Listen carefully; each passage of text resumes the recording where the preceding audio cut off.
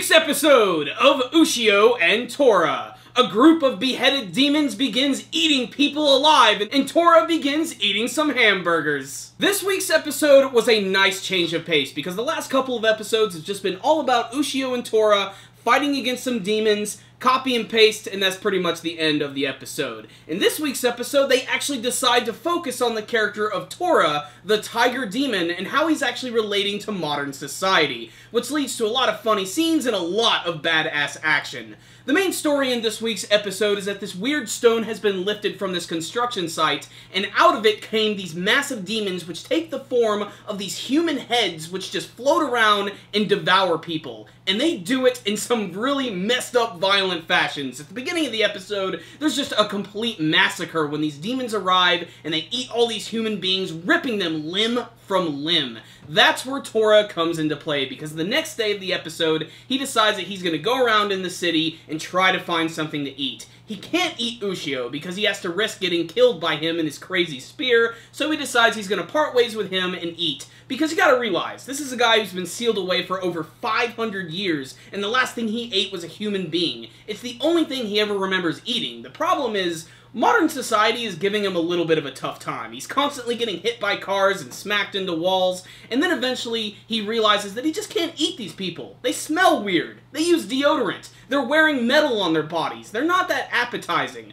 Luckily for him, he does run into Ushio's good school friend, who goes by the name of Inoue, who's spending a day in the city to try and find some clothes. Unfortunately for her, she runs afoul of these creepy demons which go by the name of Lord Gammon, and they are convinced that this chick Inoue is actually the reincarnation of this weird priestess who actually sealed them away thousands of years ago. So they're on a never-ending course to try and find her, and this is the second time in the series where she's actually run into demons. So because of this, she's now actually able to see them when they're appearing, and she even runs into Tora in this week's episode, and that leads to this ridiculous chase scene through this building where they're crashing through buildings, eating people alive, and trying to devour her. And luckily, at the same time, you have Tora, who is reluctantly having to try and save her, because of course he wants to eat her because she's pure. She doesn't smell funny, she seems clean. So now he's actually going to have to battle with these other demons in order to try and compete with them to sort of devour Inoue. And luckily, this all leads up to a really big action scene where he uses his electrocution abilities to take out the demons, then Ushio gets involved with his spear. But this is going to be a really big turning point episode. It's not so much the action that I really liked about this episode, it's the fact that Tora is starting to finally realize that he doesn't have to live off of human food. He actually is not going to have to kill people anymore. He's going to have to sort of adapt to modern society if he wants to survive, and that's because at the end of this week's episode we learn that he loves hamburgers, which of course is just a funny character quirk for him, and he's already a pretty goofy character to begin with. But this episode also sort of demonstrated that he's warming up to modern society, and maybe even Ushio a little bit in this episode, because Ushio appears at the very end and he saves them with one attack from his spear, but he also thanks Tora because he was getting really mad at him at the very beginning of the episode because Tora was claiming that he was not the one who was eating all of these people and he's the one who just wanted to eat in the first place. And it's sort of funny because it almost seems like now Inoue is actually going to be working with Ushio because she's actually seen him use his powers enough times. She can clearly see Tora. There's no way you're going to forget his image. He constantly has that big creepy smile on his face,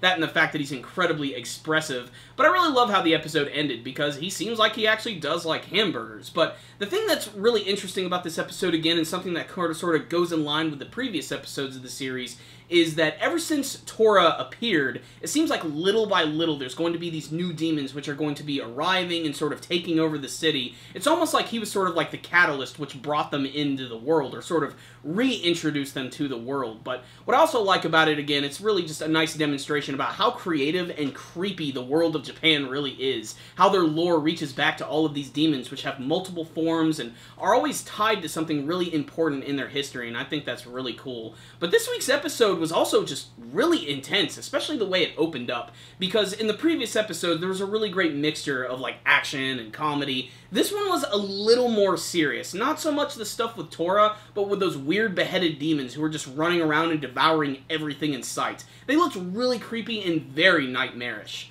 So what's the rundown? On this week's episode of Ushio and Tora, a very simple episode, but a very fun one, which is an episode that I've been waiting to see for a long time, one that actually focuses on the tiger demon Tora, because we still don't really know anything about him, and even after watching this episode, I couldn't tell you much about him aside from the fact that he's a really pissed off demon who does not like people, but little by little he is warming up to them, and that's going to be really important for the series, because one of the biggest dynamics is that he wants to get revenge against Ushio. Despite the fact that he did free him, he wants to get his revenge against mankind for sealing him away for so long.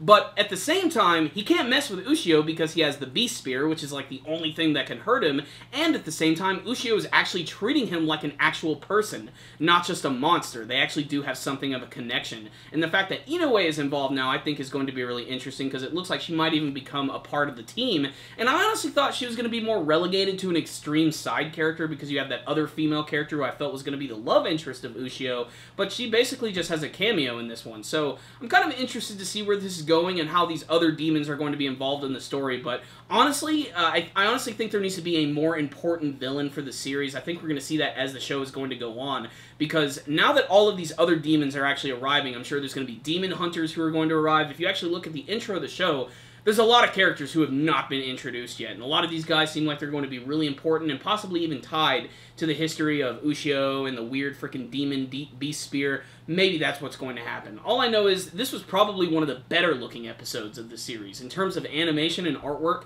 especially the opening scene with the introduction of those Gammon demons, they looked really freaky and absolutely nightmarish, especially when they erupted from these weird little boxed coffins, and then they would just devour people in one single bite, and then the next shot you just see all these like limbs on the ground and blood all over the place. It's really disturbing imagery, and it kind of makes me wish that this show was airing a little later in the fall. It honestly sort of evokes that like Halloween nature, and I think it would be really perfect for that time of year.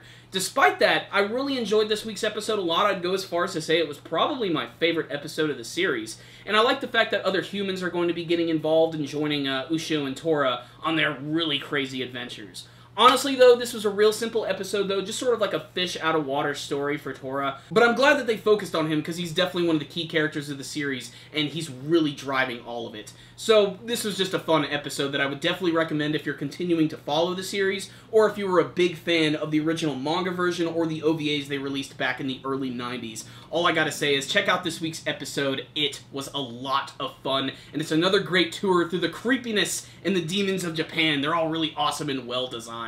So there it is, another fantastic episode of Ushio and Tora. It was a little slow in some parts, in particular at the beginning, but once it got its stride, it really kicked into high gear. So I'm going to give this week's episode a 4 out of 5. Definitely, I think, the best episode of the series, and one that you should check out if you're a fan. So, I like this episode a lot. I loved all the creativity behind it and how it's able to go into some surprisingly dark places. But what about you guys? Did you like this week's episode? Did you like the fact that we actually got to spend some time with Tora this week? And what do you hope to see from the rest of Ushio and Tora? Please tell me in the comments section below. Thank you guys for watching my review. Make sure to like it and share it with all of your friends, and make sure to subscribe to the channel. That way you can see all of our latest anime and manga reviews and our podcast show, The Powerful Nerdcast. You guys can check us out on YouTube, and you can also check us out on Rogue Intel, this amazing podcast network. And lucky for you guys, we are now uploading our shows to iTunes, which means you guys can download them. So make sure to check us out. I'll put a link for that in the description box below, and we would really appreciate it if you guys would give us a quick rating and maybe write out a quick review. You don't have to do it, but we would really appreciate it.